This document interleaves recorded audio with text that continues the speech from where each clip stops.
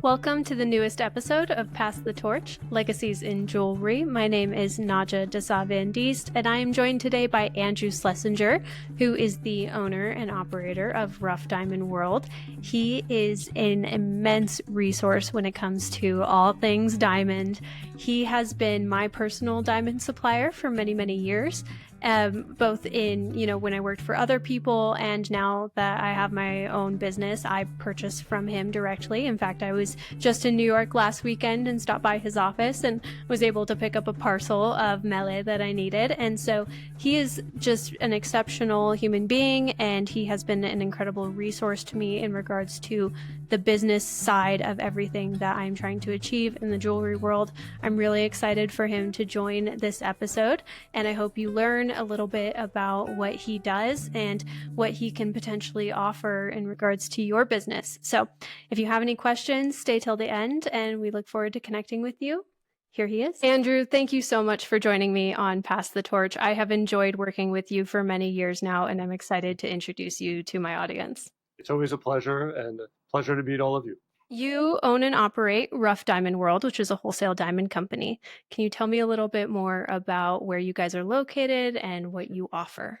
Well, we're in New York City on the 47th Street in the Diamond District. As our name indicates, Rough Diamond World, our origin story is in rough diamonds, but we do everything diamonds, from diamond melee to unique rough diamonds to rose cuts. We manufacture our own material in India, our factories in India, and everything diamond is our passion.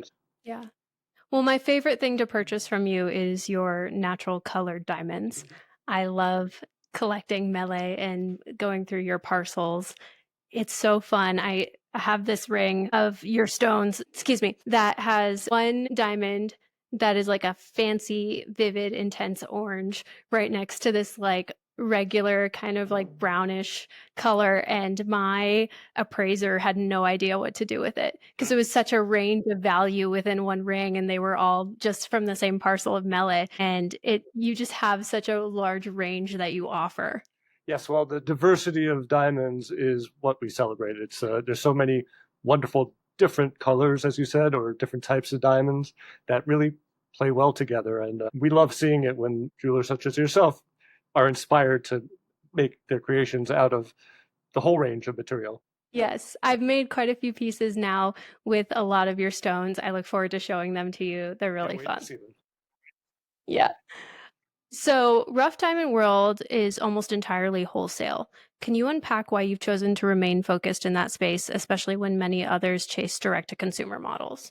Sure. I mean, we enjoy the retail end of things as well, but it is the jewelers on the wholesale side of things that really have inspired us to grow and to do what we do. The whole community, it has been such a joy to be a part of, which is why I actually switched from my original desires coming out of college into this industry when my father started introducing me to this industry. It's a community of wonderful people. Yeah.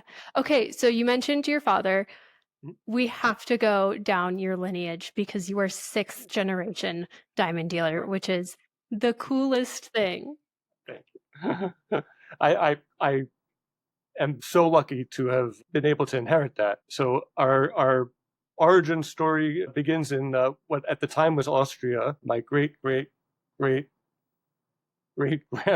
whatever it was, six generations ago, had a jewelry store in Austria. My grandfather brought the business over to Antwerp, where he was a cleaver. And in 1939, he heard Hitler speak, and he pulled his entire family out of Antwerp and moved to Brazil, and then a couple years later to the United States. So, having this business really saved us and allowed us to become part of the United States. And Yeah. it's incredible. I actually have my grandfather's boat ticket from leaving Antwerp in November 1939, Copacabana, going to Brazil to Rio from Antwerp, and his naturalization papers coming into the United States. And it's just a wonderful history to be a part of and to have benefited from. That is amazing because you've kept a lot of those relationships for generations. Now I Yes. know on a separate occasion, you and I have to talk about Brazil. I want to know if you have contacts there because my whole family's from there. Both my parents were born there, and we still have a home there and all of our family there. Oh So wow.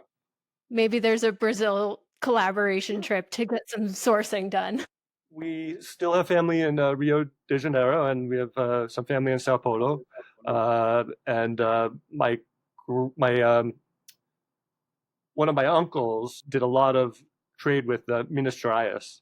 So that Yes. would be our most recognizable contact in Brazil. Yes, yes. There's a lot of great material that comes out of Minas Gerais, Yeah, yeah. and I live in just south of there in São Paulo, so that would be super fun. Sorry, that's a tangent. But all that to say, I'm sure you we'll have have people of sustained these relationships. this. Yes. Amazing. What do relationships look like in the wholesale diamond world? I would say that relationships are based on consistency uh, and uh, and communication, like any industry. For those who haven't experienced the energy of New York City's Diamond District, where you guys are located, can you describe what it's like to work in that environment day in and day out? Well, for what we do, it's kind of a ideal setup because everything you need to get done is in a very compact area. You're either everything on 47th Street or around 47th Street, whether you're talking about imports, exports, or uh, dealer to dealer activity, which we don't do much of, but we do on occasion. It's just something you couldn't do in any other city, really. Vibe on the street, you have jewelers coming to the street all the time. It's a high energy environment, as you indicated. Um, Yes. Which I that's actually got to what New York experience City is just about. last week. Yeah. For those who are wondering about the context, I was just in New York last week and stopped by Andrew's office and picked up a parcel of some mele for myself and got to see his team again, which was lovely. You have the most amazing team. They're Thank you. so responsive and They really responsible are. and just lovely people. Yes, we are very fortunate. Yeah. And you guys have built out your office where you're able to receive clients. Yes. So in 2019, before COVID hit, interesting timing. Um, the person next door to us had to vacate his lease, and he was ill. Unfortunately, he wasn't able to continue the space. And I met with him, and I saw that an opportunity that to expand and create the showroom spaces that you saw there. And I happily took over the lease from him, and we cut through the wall, and we had a big, you know, cutting through the wall ceremony, and then boom, COVID. So it was a very interesting timing in terms of our expansion, but I'm grateful to have it, and I look forward to us growing into it in the future. Yeah, it was lovely. It was lovely to see. It feels special. It's a great place to land. Like I was running up and down the streets of, the Diamond District and it was great to just like set my bag down and, meet with your team and it was lovely. I love to hear. Yeah. Okay, so you have a very specific and very nuanced and multifaceted background in regards to gemology at large. You've done so many fun things with that knowledge. I can't wait to talk about your children's books. But talk to me a little bit about, your education process that you've gone through up until this point. After college, I took the gemological program with GIA, so I'm a GG with GIA, and my passion for learning about minerals and uh, by osmosis rocks and everything in the world of geology, connecting pieces of our history of the world together, led me to start studying geology with the University of Florida. So I'm currently enrolled with the online program there, and this may this may bleed into another series of questions, but when we talk about natural gemstones and how we connect to the earth around us, it's such a wonderful and rich story that I'm out to learn everything I can about it and communicate with everyone who will listen about the difference between something that is just created on the spot and something that's been part of our history for billions of years. Yes. That is definitely one of my passions. And as you mentioned, what I call kids' book for adults are the books that I'm writing uh, that speak to that. Well, you found a way to make it palatable for a lot of people. This is really nuanced and intricate sometimes, and people don't know how to approach it. And people don't realize that when you're specifically talking about a natural gem or a natural resource, that it can look really different coming out of the earth. And you have a really fun collection. I don't know if it's okay to like mention this off the bat. Absolutely. Oh my gosh. So you have a fun collection of rough diamonds that replicate animals and the Yes, shape of animals. The most famous one being Ruff the Diamond Dog. absolutely. Yes. And he is the main character in our books. But yeah, we have a fun collection of maybe 15 animals that are it's incredible. They just come out of the ground that way, and that's how nature made them, and we love sharing them. And we have a large collection of other material as well. That we have a Mickey Mouse collection. We have a celestial collection of diamonds that came out in the shape of stars, and they are not for sale. They are for everyone to enjoy. So whenever we have a venue that we can share them, we very much enjoy doing so. Yes, it is absolutely an asset to your family. I hope it passes through generations and then hopefully eventually ends up in like some museum collection with, the full story of your family and how that came to be. I know you really kind of pioneered that effort and like have it collected and have the stories associated with it. But truly, I'm not kidding. When I say that they look like animals, I'm not saying that they kind of look like animals. I mean that they look like silhouettes of these animals. The duck, is the other one that's coming to mind pretty prominently. It's so fun that these are the natural forms of the diamond crystals, and you have kept them. You've identified it. You've been able to identify the rough as so special immediately upon sight that you pulled it from ever being cut. They're too special to risk them being manufactured into something that they're not. Right, right. So tell me a little bit about what it takes to be good at evaluating rough. Years of practice, like any skill. When I first joined the business, my father had me sorting through rough diamonds that were, how do I describe it?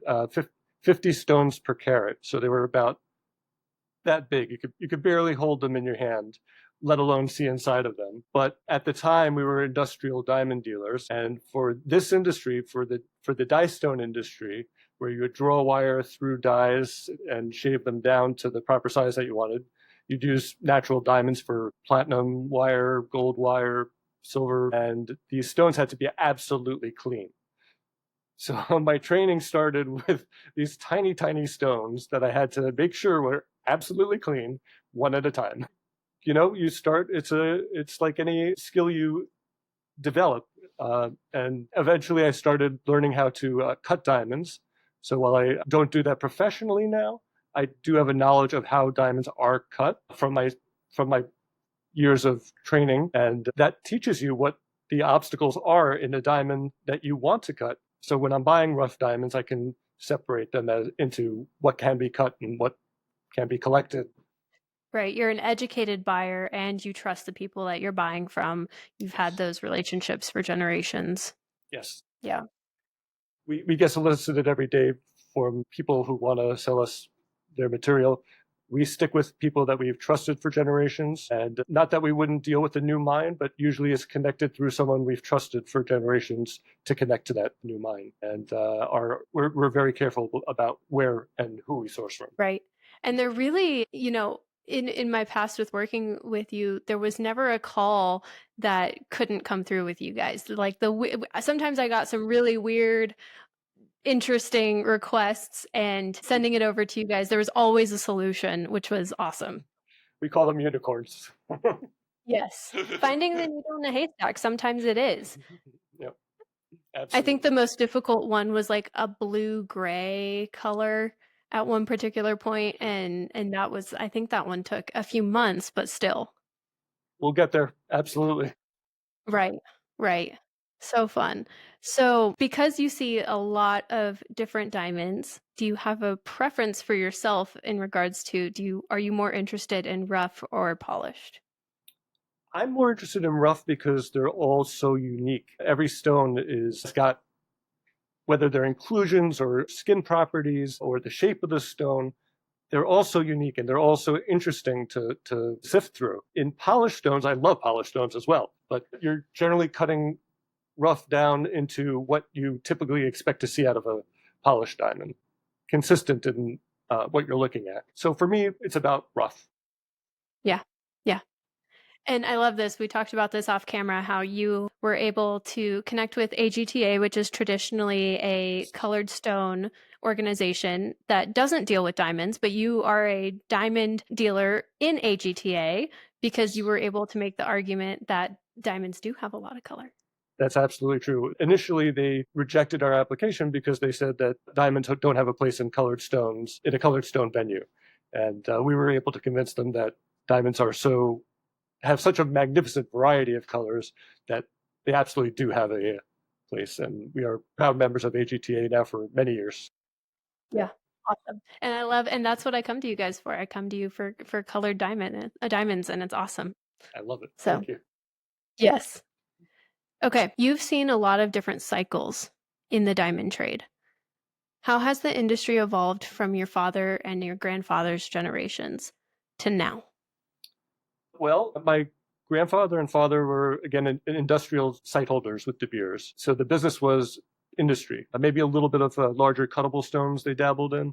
But in terms of jewelers, they only had one jewelry customer, which they were very happy to give me his information when I joined the business. And for me, that was organic and a wonderful direction to take the business in. So I really started getting material for the jewelry industry, and that naturally took over and was the main course of our business by 2004 when I started Rough Diamond World. Our original company was, and we still keep the name Charles Slesinger Incorporated. That is our retail entity when we're doing bookkeeping, but I had to hold on to the name. It's just, too classic. Charles was my grandfather. But our new direction is Rough Diamond World. And we rebranded our logo. And as you have on the piece of paper there, on the cachette envelope there, diamonds are fun. And we love sharing that message with the world. Yeah. It's great. It's got this octahedron, this natural octahedron on there as well, which is awesome. Yes. The natural shape that diamonds grow in. What is your earliest memory of diamonds? So my father used to take me into the office from time to time, trying to occupy me, I guess, and find something for me to do. He would have me make signs that said, "Do not touch the safe." So I had this mystique about this untouchable safe that the alarms would go blaring if I ever touched it or if anyone else ever touched it. And my God, what was in that safe? Um, and that's my first memory of diamonds. And I'd only see them when they pulled them out in the parcel papers and would show me a specific parcel, or they were very protective of it. So they were immediately precious. They were immediately something that was like, it was known in your family that this is protected. This is something that we cognitively take care of. So you had a care factor for it. I had a fear factor also. So because they were so cautious about it, I was like, I'm never going to join the business. It's too much. It's too scary. I don't want Too high stakes. to be responsible for it, right? So it wasn't until after college. I was actually a drama major in college, and I tried to do the theater world in New York for a couple of years coming out of college. It didn't quite take with me. It was a very competitive industry. My father was kind enough to let me work in the office while I was doing whatever I was doing in the theater world, which included some directing, auditioning, acting, and I very quickly realized how wonderful the people in this industry are, and that these are the people I wanted to spend my time with as an industry. I was very fortunate to have that doorway into the industry. So you did something really unique. Well, really, I would actually say hard to do. And you've pulled it off well, which I think is the unique element. Very often businesses are passed down generationally in the diamond industry. You came in with a different vision for what this business could be than your grandfather and your father, and it has been incredibly successful. But I can't imagine how that would go. I know that family businesses are always, really interpersonal and connected. And I know that to do it successfully and, like you said, to keep the name and then also offer something new and grow the business. I just want to know, if you are talking to someone else who's in that same position that you were in when you were taking over the family business, what advice would you give them? Well, I think you said it. You have to take business of any kind. You have to internalize it, and this was my passion, the direction that we went in. I tried since 1996, 97, when I joined with my father, to steer things in this direction. He went on vacation one day, and that's when I started Rough Diamond World. And so when he came back, it was an existing company. But that's what you have to do. You have to look inside yourself and ask, what do you want to do with what you have, whether it's a doorway or a company or whatever you're passionate about. And that is what you can grow. That's what you can sell. If you believe in it, you can sell it. I love that. And you have found just such a cool opportunity in these relationships that you've built with these jewelers, that you have been able to bridge the gap between the jewelers and the rough and to give them access to more creative material. That's what I find is your service, is when jewelers are willing to think outside the box, willing to go outside of perfectly calibrated stones, which I know you still offer, but having the availability of some parcels that are kind of up in the air, and having the capacity and the creative integrity to allow material to inform how you design is what you guys offer. And I love being a client. Thank you. That's what we aim for. And thank you Yeah. for being a client. Yes. But yes, a unique material is something I feel like everyone is always looking for. And we're lucky to be able to provide that. Yeah. So we talked about your experience being someone who inherited an opportunity to come into the trade. What do you think the next generation, if they're not born into the trade, can still find a place in? Sure. Anyone could join the diamond world. The best way to build yourself in the diamond world is through trust and consistency. You can start small and grow into anything, as I've seen people do. Just be true to the people around you, and true to, don't. So one of the issues I do sometimes see is growing into the industry is people tend to grow too fast and go too quickly. Come in and find your passion in the industry, and you'll be successful. Yeah. Yeah. What's one thing you hope doesn't get lost in the industry as it continues to modernize? The industry is changing very fast, and it used to be, when I joined the business, all about old relationships. The business now is about new relationships, and that's neither good nor bad. It's just the reality of where we are today. And I enjoy that because you get to meet a lot of new people, new personalities, and that's part of why I joined the business. That's an incredible thing. That being said, there are a lot of old timers that speak a different language in the diamond industry. And that doesn't really get translated to newer generations. I guess I would like to see that language somehow preserved. But again, I recognize the new as special. When you say language, do you mind specifying what you mean? So, for example, client overseas that I had sent a stone to, and we were talking about surface Gletzes. And the customer got very upset. He said that no one would call that. I'm a GIA graduate. No one would call it that. I'm like, look, I'm just using a trade term that I grew up with. I'm not trying to steer you in any direction here. It's a language that I grew up with. The way that we communicate about diamonds definitely has changed. So I guess that's what I'm referring to.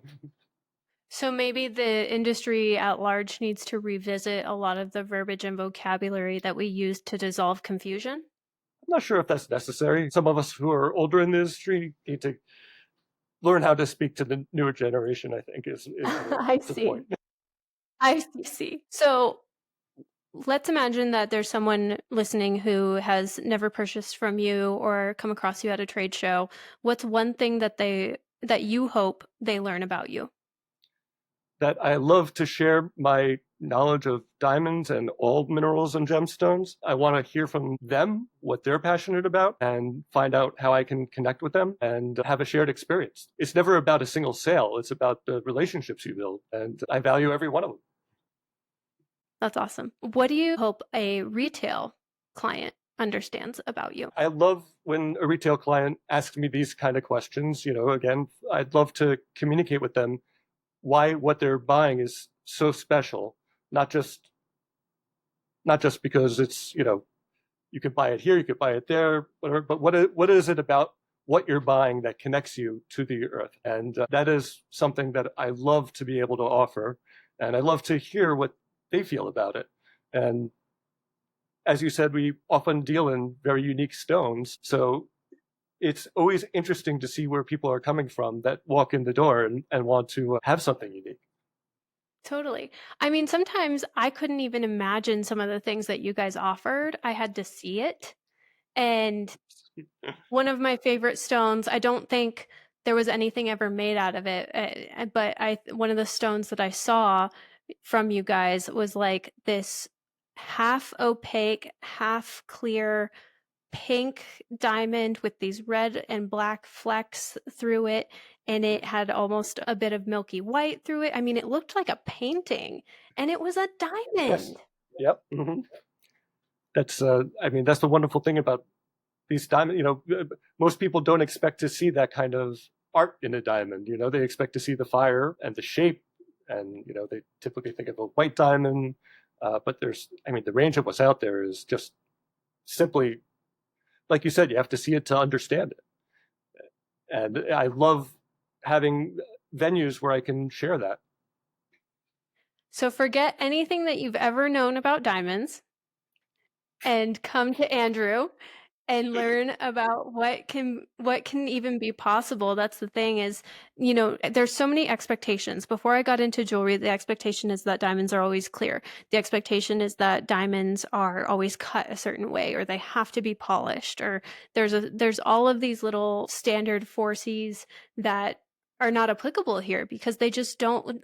Like GIA is fantastic, but they just don't cover this. They just don't delve into that realm, and quite frankly, they're a little afraid of inclusions. And I think an included stone is one of the coolest things. Well, I will give them credit for changing the terminology. It used to be imperfect stones. So I give them credit for changing it to included stones because there's nothing imperfect about them. And as a jeweler, there's a way to buy these. I like to call them these character stones, and not be afraid of them. Like, don't be afraid to set them. Don't be afraid to experiment with them. They're super fun. If Rough Diamond World had a mission statement, unspoken or not, what would it be? In terms of a mission statement, it would be to share diamonds, make sure that everyone in the world knows that diamonds are accessible no matter what. You can, our cheapest diamond is a $1 diamond, and we have a 1 stone minimum. So we want to work with everyone out there that wants to work with diamonds. And on an educational basis, I love when I get asked to teach at a school and share diamonds with students, whether you can afford them or not. I love sharing them online, and sharing diamonds, I guess, would be part of our mission statement. Yeah. What do you have on the docket? What's exciting for you right now? What project are you currently working on? So I'm currently working on a series of books. We've written our first book starring Ruff the Diamond Dog, and that book is about diamond diversity. It talks about all the different types of diamonds that are out there. And our second book, named Synthetics Strike Back, I'm a bit of a Star Wars geek, so that was my ode to George Lucas. But that talks about the difference between synthetics, lab-grown diamonds, and natural diamonds, and where diamonds come from geologically, which plays into my current studies of studying geology. And our third book, which is currently being illustrated, it's written out. We expect it hopefully to be illustrated by the end of the year. And that talks about diamonds in cultural history and a few famous diamonds in history. So we talk a little bit about the Hope, the Cullinan, and the Kohinoor. And Very cool. that will wrap up this trilogy. And then going forward, I'm working on a new series. I've just started sketching out. I want to finish this one first, but that will be geology representation of how people would live on other planets or moons around other planets in the distant future. So I'm working That's on the so science great. behind that right now. Well, and for anyone who hasn't seen these books in person, they're so colorful. They're beautifully illustrated and very palatable for someone who coming in like literally I like how you said it's like a kid's book for adults. It's It's absolutely right. fun, educational, and it really shows the range of the material that we work with.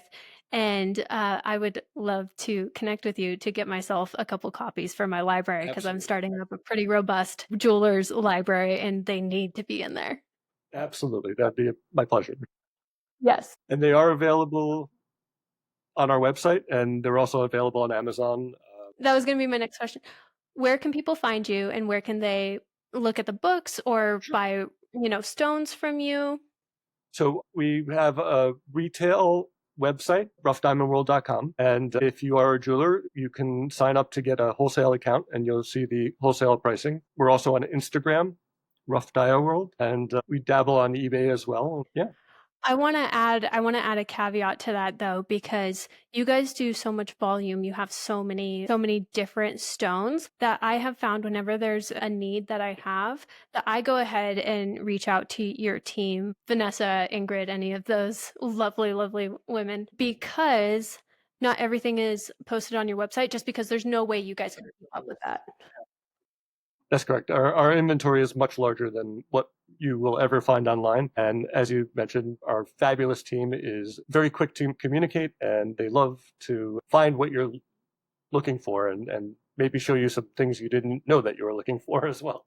Right. One of my favorite things to do is just give them a budget and tell them like a budget and like maybe a color, but if we're open to shape, and they're really good at filling the gaps. Like even if a client doesn't know exactly what they want, say they just want like a green stone, Vanessa comes back and shows me 6 different options, but keeps it within budget, keeps it, it's just such a great collaboration. It's an easy collaboration. You guys make it easy and accessible and I really appreciate you for it. I'm not like I'm just being so genuine when I say that. I'm so glad to hear it. Thank you. Yeah. Thank you for sharing that. So, for a young jeweler who's never bought rough before, what advice would you give them? Or stones at large, Well, polished or rough? I would put the stones in front of them and let them decide honestly what they're looking for. What they experience from seeing the variety of stones. Hopefully, something catches their imagination, and we can work around that. Where can people find you on Instagram? Our handle is Rough Dia World, ROUGHDIAWORLD, and yeah, we post fun snippets, videos, sometimes pictures. You guys have done a few in the past where you've showed a stone in shade and in direct sunlight, which can look totally different. Yes, that's true. A lot of people buy stones in office light and then they take it outside and sometimes the stone just explodes in vibrancy and they don't even realize what they had until they get it outside. Do you have a favorite stone that comes to mind? Or like a favorite type of material? Just out of curiosity.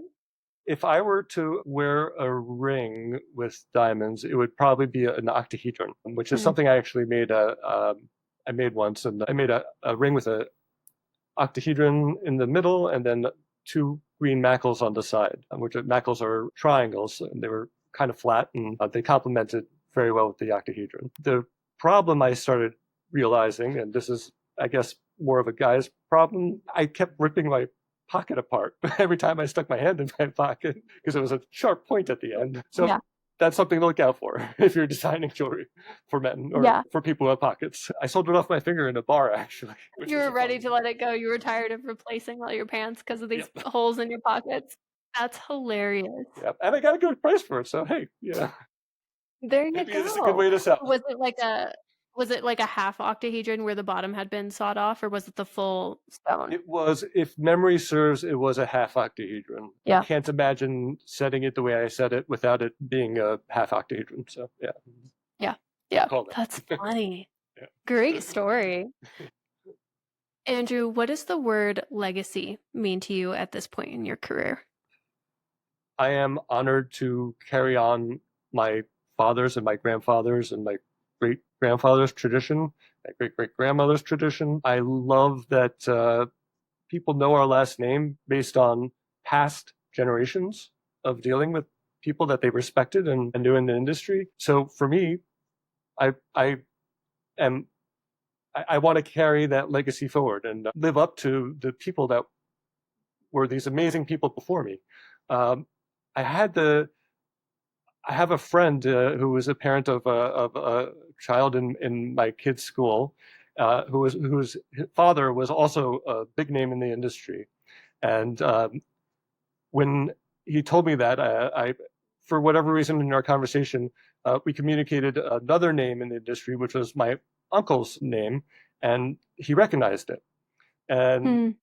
I ended up calling my uncle, and he got on the phone with my friend, and he said that he remembers his father well, and that he was a true mensch, and it was always a pleasure dealing with him.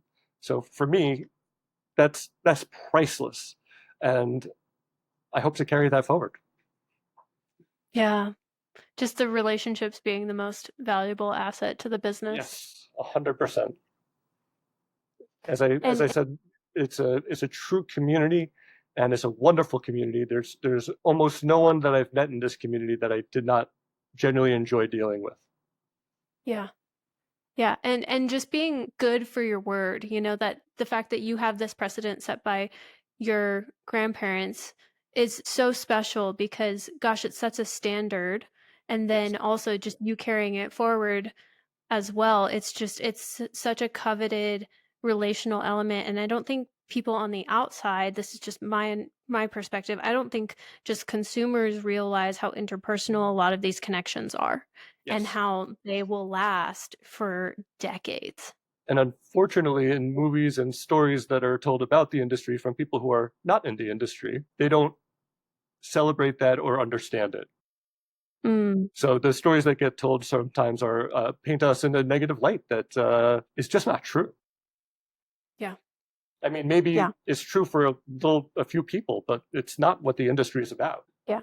No, being a individual of your word and following through on deals and having that all in good faith for many years, it's so commendable, and it's a gift to all of us. It's a gift to the industry, and I appreciate you, and I'm so excited for all that you continue to build in the future of Rough Diamond World. Thank you. That means sorry. That does mean the world. That was good timing. Woo! I'm back. That means the world. Thank you. You're welcome. You're welcome.